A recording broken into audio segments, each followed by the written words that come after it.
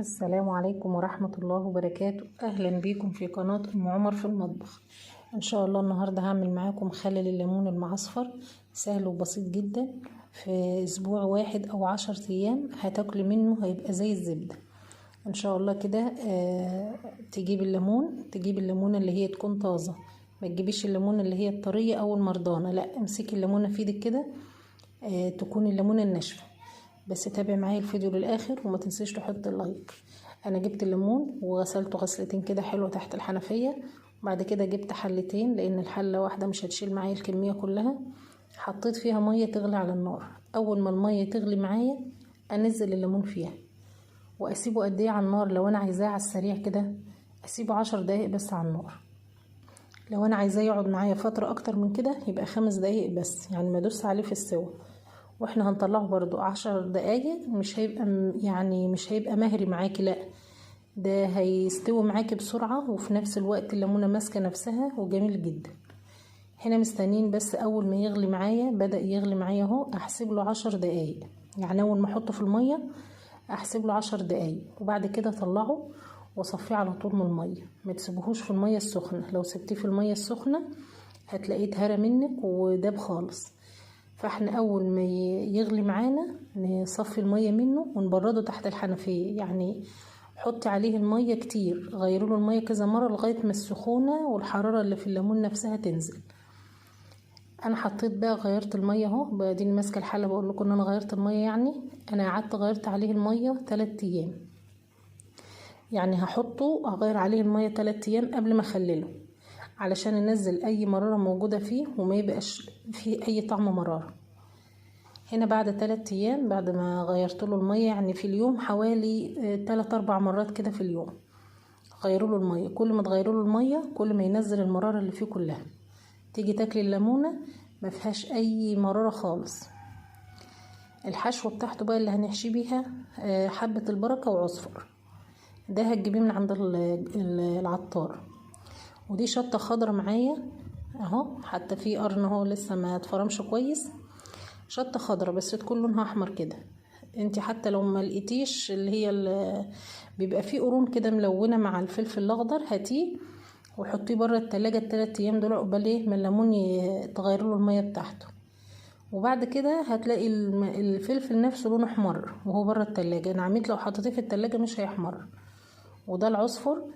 نحط بقى كل الكمية على بعضيه. انا جبت الفلفل غسلته وفرمته في الكبة لغاية ما نعم معايا بالطريقة دي، محطتش عليه اي اضافات تاني. حطيت عليه بقى حبة البركة ونقلبه كويس لغاية من المكونات يعني كلها تندمج مع بعضيها كده. يبقى معانا شطة وعصفر وحبة البركة.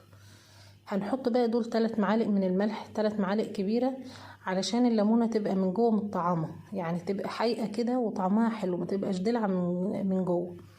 احنا عارفين ان احنا كده كده هنحط ملح في المية بتاع المخلل، بس الحشوة من جوه لازم نحط فيها برضو شوية ملح كده. ما شاء الله كده الخلطة بقت معايا جاهزة، مش عايزة اي حاجة تاني. انا الطريقة دي ما بغيرهاش طول عمري، وكل اللي بياكل من الليمون بتاعي عارف طعمه. هنا بقى شوفوا الليمونة، يعني بقطعها بالسكينة اعمل لها علامة زائد. الليمونة في ايدي سليمة زي ما هي، بس ياريت تكون السكينة اللي تقطعي بيها تكون سكينة حامية، علشان ما تبقاش تلمة كده. السكينة لو تلمة معاكي هتفضلي رايحة جاية في الليمونة، هتصفي المية اللي فيها كلها. فالسكينة لما تبقى طيبة معاكي وحامية كده هتقطع معاكي على طول، او سكينة مشرشرة زي اللي انا بعمل بيها دي كده. الليمونة ما شاء الله متماسكة في ايدي ومش مهرية خالص ولا صفت المية اللي فيها. نحط الحشوة زي ما انتوا شايفين كده في الفتحات اللي في الجوانب دي. شوف الله اكبر عليها، تتاكل وهي نية كده.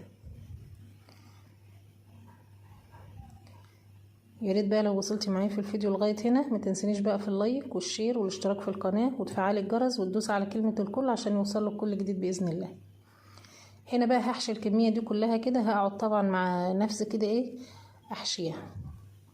بعد ما خلصت الكميه معايا اهي، ما شاء الله الخلطه كانت على قد الليمون من اول ليمونه لاخر ليمونه، ما شاء الله. وشوفوا كله محشي اهو وزي الفل، شكله يفتح النفس بصراحه. هنا بقى هنجيب المحلول اللي هنخلل فيه الليمون. كل كوباية مية عليها معلقة ملح، يعني عايريها كده بالكوباية المج بتاع الشاي، كوباية المية عليها معلقة ملح كبيرة اهو زي ما انتوا شايفين، مية عادية من الحنفية. بس اهم حاجة لما تيجي تاخدي من الليمون ما تحطيش ايدك، ما تاخديش بايدك، لا يا بالمساكة، والمساكة تكون نظيفة، يعني ما تكونش مثلا مكان حاجة وتحطيها، لا. انا هنا حطيت 7 كوبايات، هحط عليهم 7 معالق من الملح. الله، 1 ملوش تاني، 3 4 5. المهم كل كوباية مية عليها معلقة ملح، ده العيار المظبوط للملح بتاعه. هو كده كده هياخد مية تاني، ودي معلقة شطة، هيبقى مشطشط بقى وطعمه ايه حكاية. ده فلفل اخضر اهو، لازم يكون طازة كده، ما يكونش ايه اديله وقت يعني عندك في التلاجة. ده محدش يقول البرطمان عامل كده ليه، انا البرطمان ده بخلل فيه على طول، فملكوش دعوه بشكله، انت اعملي في البرطمان اللي انت عايزاه. انا ده بخلل فيه ليمون على طول، فهو شكله الحشوه بتاع الليمون عملت عليه، طبعت فيه. هنا حطيت شويه حلوين كده في البرطمان، وحط عليهم بقى شويه فلفل اخضر لو بتحبي مخلل الفلفل، يعني من غير ما تفتحيه ولا اي حاجه، سليم كده زي ما هو، بس هتشطفيه تغسليه كويس، وبعد كده ايه تحط شويه كده، يعني نحط الفلفل في النص، ونرجع بقى نكمل ايه، نحط ليمون تاني.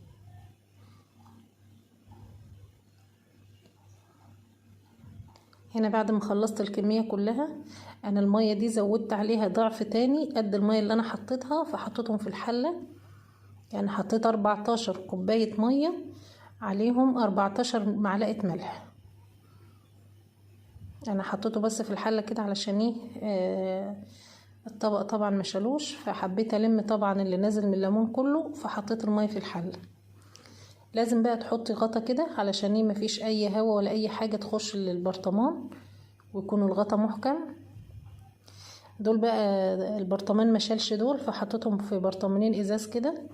شوفوا ما شاء الله شكله جميل جدا، وربنا يحسن ما بين ايديكم ان شاء الله، ويا رب الفيديو يكون عجبكم، واشوفكم ان شاء الله في فيديو جديد، ومع السلامه.